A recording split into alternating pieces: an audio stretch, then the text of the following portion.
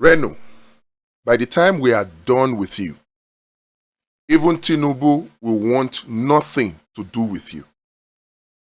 You think you can just go to the honest bunch to act your script, to impress Tinubu that you are a political consultant? You think you can just do that and then you get away with it? Then Tinubu will be so impressed, and then that position they promised you as ambassador, then they will now give it to you?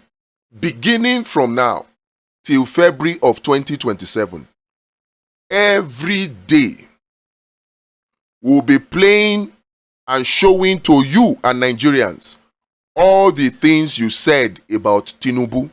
You say you want to pull down Peter Obi? You want to destroy his reputation? Let us see whose reputation will be destroyed. I didn't even know that you were an identity thief.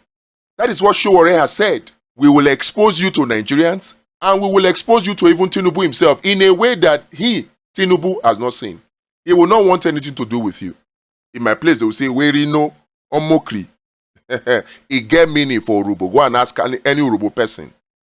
Regardez là-bas. Yesterday, I did a video calling on Bola Tinubu to answer a simple question. Just yes or no. Are you a drug lord? Because we've got documents showing that you were involved in a heroin cartel in Chicago between the years of 1991 and 1993. Because we don't want a person who is connected to drugs being our president. Well, many people reached out to me and said, look, leave this matter, it's in the past. Why should I leave this matter? How do you know it's in the past? Look at the kind of cartel behavior that Bola Tinubu has been exhibiting since 1999. Everybody who wants to be anything from governor to commissioner to other positions in Lagos have to come through him. That is a typical cartel behavior. Because we don't want a Pablo Escobar kind of president. We don't want Nigeria to be reduced to Colombia. We already have enough problems with insecurity. We don't want drug cartels now fighting over. We don't want anybody to make our president vulnerable. These are questions. Yes or no, Bola Tinubu, were you a drug lord? I do not like Bola Tinubu because I know for a fact that he's a known drug lord. I do not like the fact that he's a known drug lord. You've called Asiwaju a drug lord, and so many unprintable names you've spoken about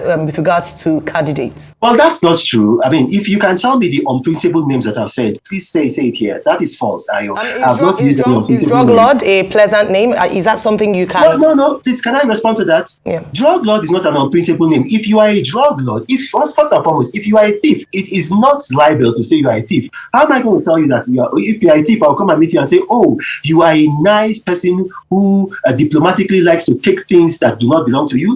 No, you are a thief. Bola Tinubu is a non-drug lord. It's not an unprintable word. I've got facts to back it up.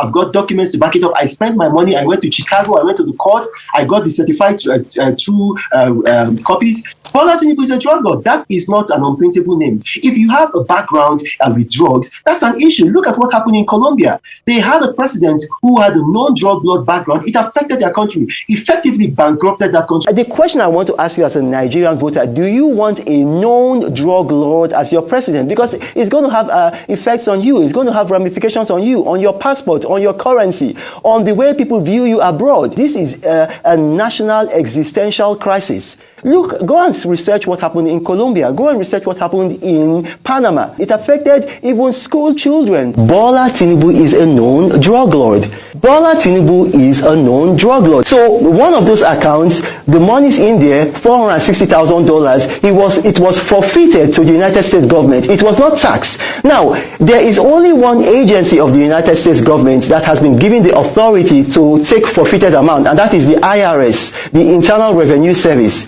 If you look at the case of the U.S. state, the state versus Ishmael Zambalda, who was the leader of the Sinaloa drug cartel, the exact same language that was used in this docket is the exact same language that was used for that man, Ishmael Zambalda. And if you're watching me, you can Google it.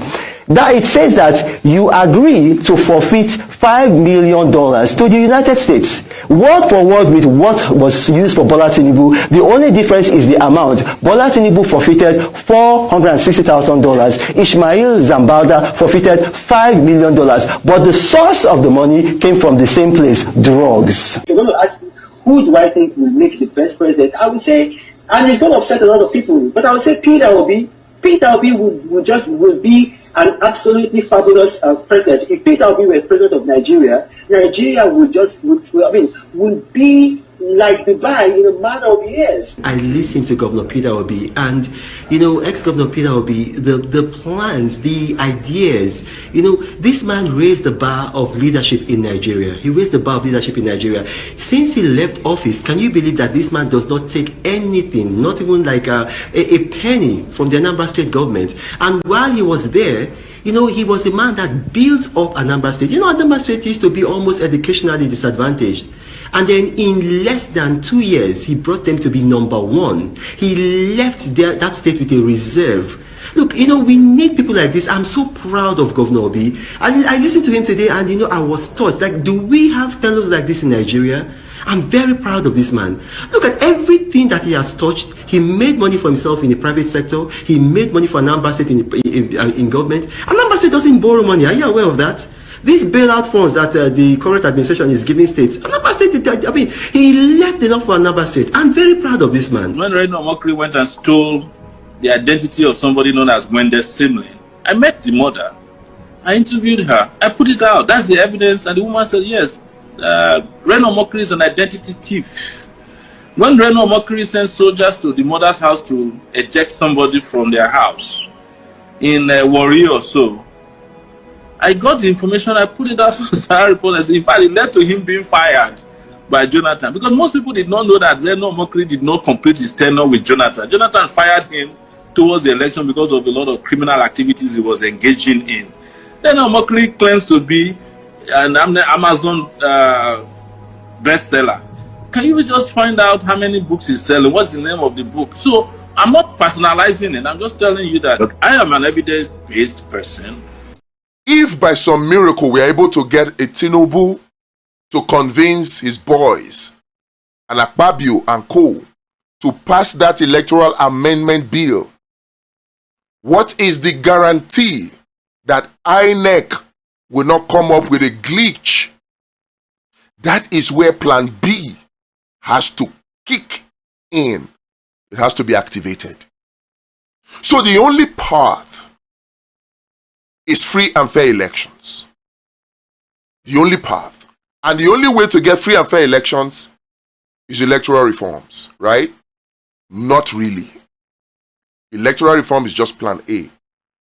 After we get electoral reforms, as hard as that may seem, we must also activate a backup plan that includes several components. We must activate political party reforms. We must activate citizens' real-time election monitoring, which will include real-time election results transmission, collation, and display, parallel to whatever INEC has been forced to do in the Electoral Act. We must activate evidence gathering mechanisms. We must activate systems to de-weaponize poverty. We must activate systems to de-weaponize impunity, like the stuff that is happening against Natasha now. And we must activate systems to open up the political playing field to all Nigerians. Remove all the gates, the money barrier that have been put there, the elite barrier that have been put there. Remove all of them. All of these solutions are things that you can find details to in the description. If our objective is a new Nigeria that works, talking is only 1% of what we need to do. We need structures in place now. Not tomorrow, not 6 months. Structures in place today, right now. For citizens to have their own election monitoring system, real time. A system that is even faster than that of INEC. We need 600,000 polling unit marshals. That's 3 polling unit marshals per polling unit. These will be responsible for entering the results in triplicates into the election monitoring application, Vote Vision. In triplicates. And the beautiful thing is that no polling unit marshal will know who the next polling unit marshal is for that polling unit. So each polling unit marshal will be a check and a balance to the other 2 polling unit marshal in a particular polling unit. Can we do 600,000 polling unit marshal volunteers? I think we can.